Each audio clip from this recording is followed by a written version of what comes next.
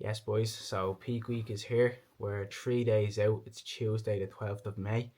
So today's protocol is super low carbs to deplete the body before we roll into 2 days of carb loading on Wednesday and Thursday. So I'm really looking forward to just getting today over with and lashing in some carbs tomorrow, and obviously then just enjoying the day Friday. So I'm gonna just take you through the full day. Pull is on the cards today. Like, my sessions are just really light this week, leaving like 1 or 2 reps in the tank, literally just to move food around and just keep me taking over. Like, I'm not killing myself in the gym, pushing to failure or anything like that. So I haven't had my first meal yet, and I'm actually debating training fasted, which is something I never do.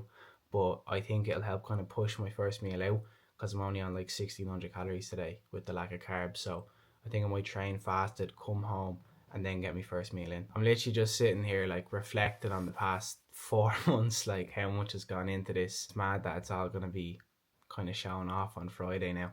One thing that's been happening like the last kind of week, and is something I never really do, is just like been constantly judging my physique, because this is the leanest I've been, and obviously I have a shoot coming up, like a really important date. So I'm like constantly assessing every single part of my physique, being like, that's not ready, that's not ready. But the truth is, like, I am ready.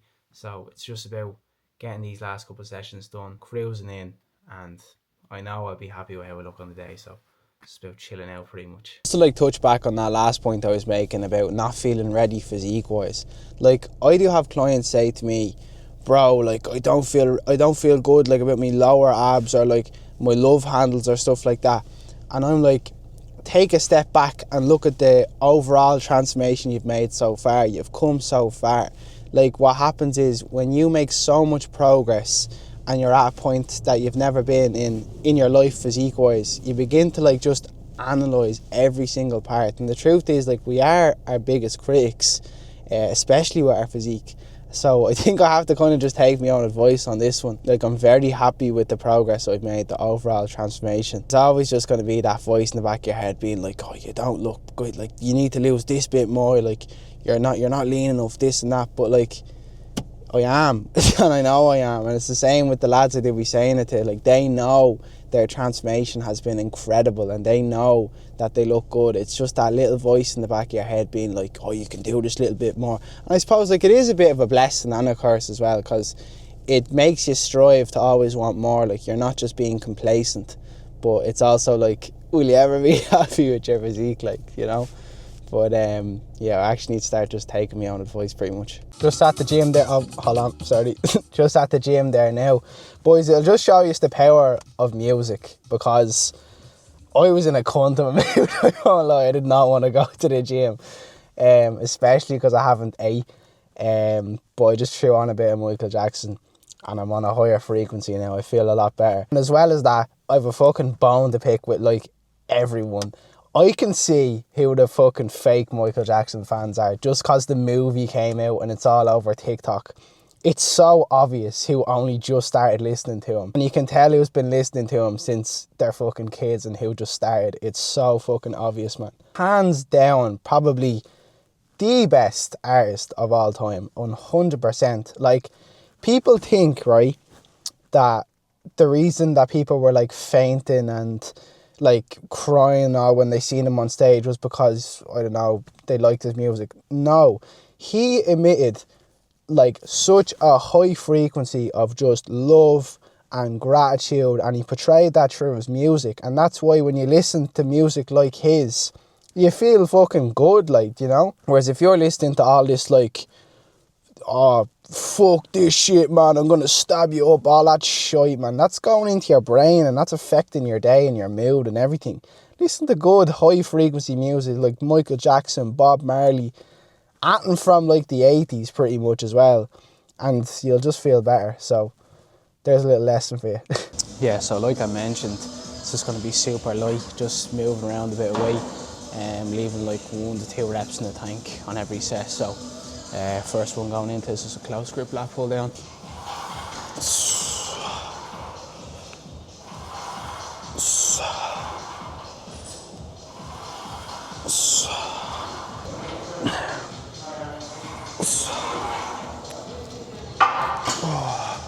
One thing you'll notice though, even though I'm taking it lighter, like I'm still keeping form very strict. So No swinging or moving the body back and forth. Just strict, keeping everything stable.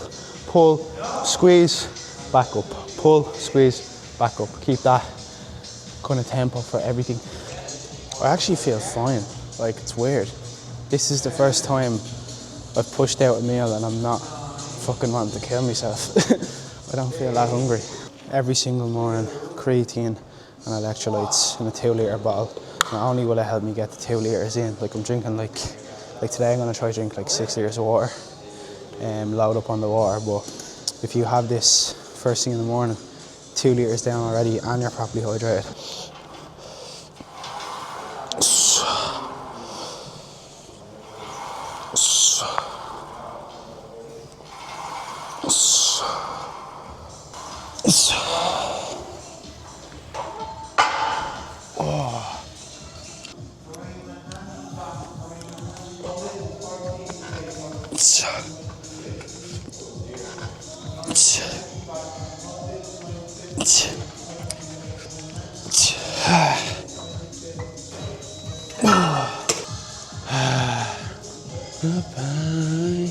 I don't know how people do this training fasted crack all the time before work and all, 6 o'clock in the morning. Fuck that. I'm not even exaggerating, like, I need the training food me. I don't know if that's just all in my head, but I don't like training fasted at all. So am I the only one that like cannot stay still after a set? Like, I don't know how people do finish their set and are just sitting there doing nothing. Like, I have to walk around, drink my water, go on my phone, even pretend to fucking be on my phone, even if I'm not looking at it. I cannot just sit there after a set. I think anyone that sits there after a set has to be going through something. Just fucking either that or just a weirdo.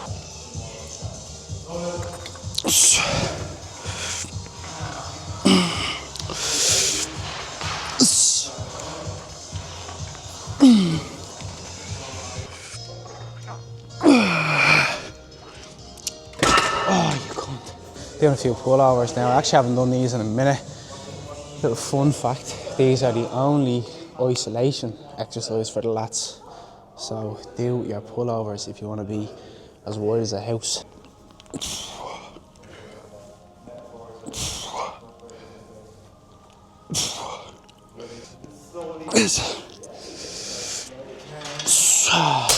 A little bit of rear delts. So I usually do these with 2 cables so I can cross them over, but my finger is still a bit fucked. So I'm just doing one arm at a time because it's easier to set up. So with these ones, you want to be kind of like leaning against it to add a little bit more tension. Straight arm and then coming across like that. You're crossing across your body, do you get me? So big stretch and then coming across, squeeze.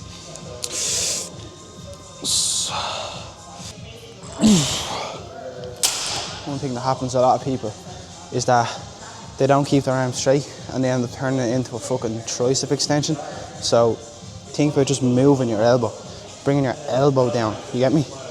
Otherwise it'll just be a tricep exercise, a shitty one because you're not even doing it right.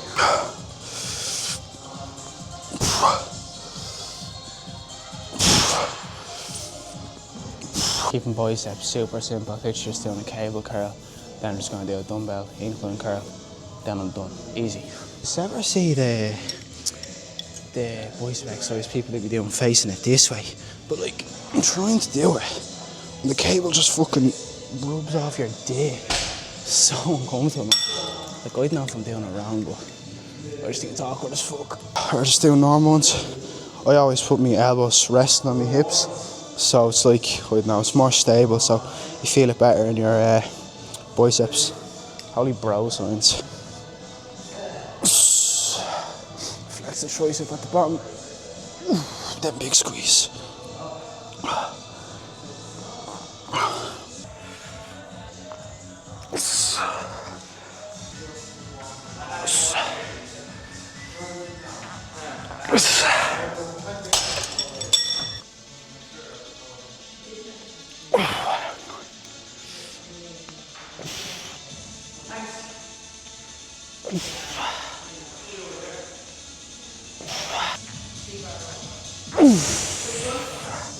So that's the session done, in and out job. I think it was like 40 minutes or something.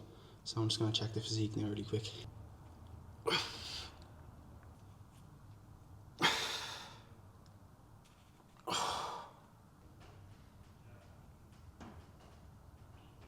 You know what?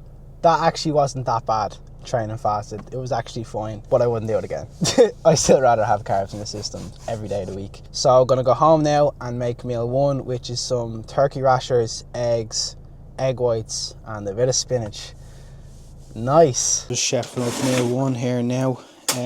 Obviously, as I said, very low carb today, so this is literally just eggs on its own pretty much. Has to be done. So like the whole reason behind running a low carb day first is because you actually have to deplete your glycogen stores before carbing up. Just go straight into a carb up. Like, you'll still look good, but you won't look as good as if you're depleted first. I'm running this today, and then for the next 2 days then, so Wednesday and Thursday will be carb heaven. It's not too much because you don't want to overspill, but it'll be like just rice based carbs, super easy to digest, make me look a bit fuller. Oh man, wait till you see this. I got this for Friday night. See these, man. Caramelised biscuit and white chocolate. This whole box is getting annihilated on Friday night. I can't fucking wait. One thing that I've noticed throughout this whole prep is that the feeling of hunger and the feeling of like wanting unhealthy food, it's all in your head.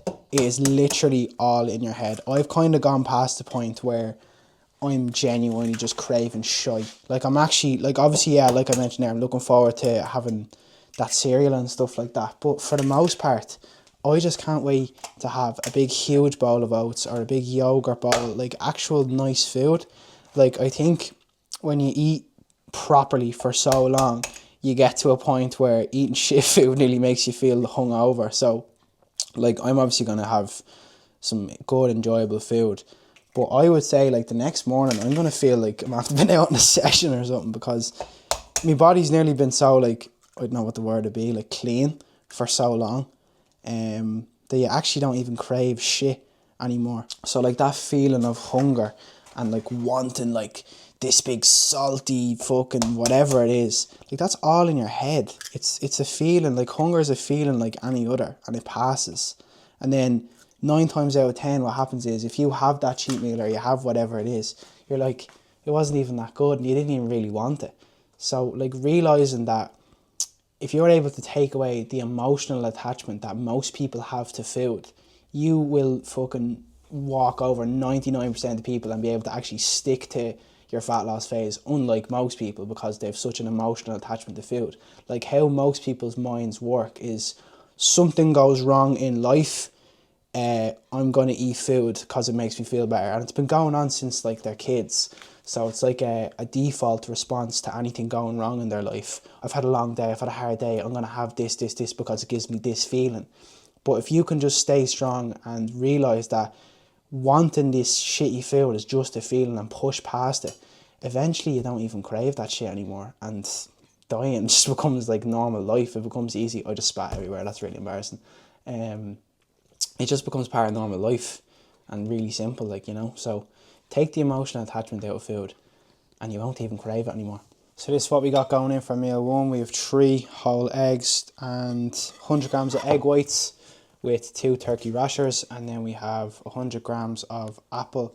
I threw a little bit of stevia and cinnamon and some 0-calorie golden syrup. Heat that up in the microwave. So it's kind of like a apple crumble, I suppose. Oh boys, we're nearly there.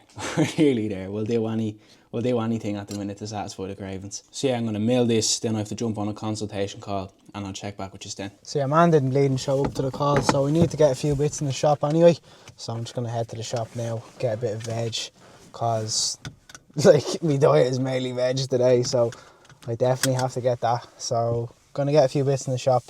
And that's really it. I can show you what my shopping looks like actually. Just heading into Aldi there now. I've never like recorded in a public setting. Why am I kind of nervous? First thing I'm copping is these 2 ginger shots because they're savage in the morning. Then you obviously can't forget about the El Reliable. There's gonna be loads of stuff that I like usually get, but I just don't need because I have it at home. Like, I'd usually be getting berries and all, but I've loads at home, so I don't need to get them. But I'd usually just get like raspberries, blueberries for like me yogurt bowls and porridge and all. Some spinach for the handy bit of volume. In terms of like meat, I literally just switch between steak, chicken and mince, keep it super simple. When you're cutting as well, make sure that you're getting the leanest option you can. Like this is 5%, but yeah, I'm pretty sure there's 3% somewhere. But yeah, between 5 and 3% is always good. The best macros for cutting if you're getting like mince and all. Now a bottle of coconut water, just cause I love it. I don't really know if this debloats you. Like people talk about potassium, and obviously like a good potassium to sodium balance in your body is essential. But like it's not gonna do magic. Like it's not just gonna magically make you lose fat. The best method of like debloating is just being in a fucking calorie deficit. Like just losing fat. That's the best way to debloat. I just get coconut water because I like the taste of it. If you aren't already on the microwave potato method, get on it.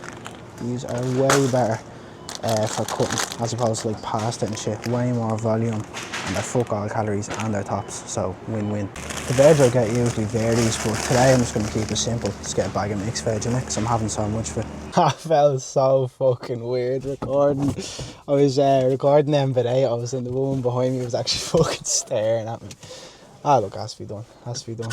But yeah, as I said, like there's loads of other stuff that I usually do get, but I'd hate for it at home. Like, so there's no point in me buying double. It's the majority of what my shops have been looking like the past 4 months, just the same shit every day. But yeah, gonna head home now and whip up meal 2. Meal 2 going in here now. We have 150 grams of cooked chicken, 200 grams of veg, having out some coconut water, and then just 15 grams dark chocolate. Easy. So just wrapped up a little consultation call there. Evan Flynn, if you're watching this, welcome on board. So I'm just gonna have meal 3 or 4, I can't remember, I think it's 3. Absolute wild card for this one. Wait till you see this meal. And after that I'm gonna get cracking on making his program. And then yeah, that's really it. Absolutely crazy meal going on here. 200 grams of chicken and 200 grams of veg. And we've also got 20 grams of dark chocolate for some good fats. And that's that. Another day wrapped up. Another day closer to the shoot. Tomorrow and Thursday are high carb days. I cannot fucking wait. So that's literally the hardest part of prep done now. Literally that was the hardest day. And it wasn't even that hard. The most difficult day over and done with. And tomorrow and Thursday, just gonna be getting the carbs in, taking it nice and handy, and just cruising the shoot day. So I'm really looking forward to it. Get another vlog out tomorrow. Gonna edit this one now, and also on board your man I took on earlier. And yeah, that's that. So hopefully you enjoyed this video. And as I said, I'm gonna vlog tomorrow again of the refeed. And yeah, I'll see you in the next one. Thanks for watching.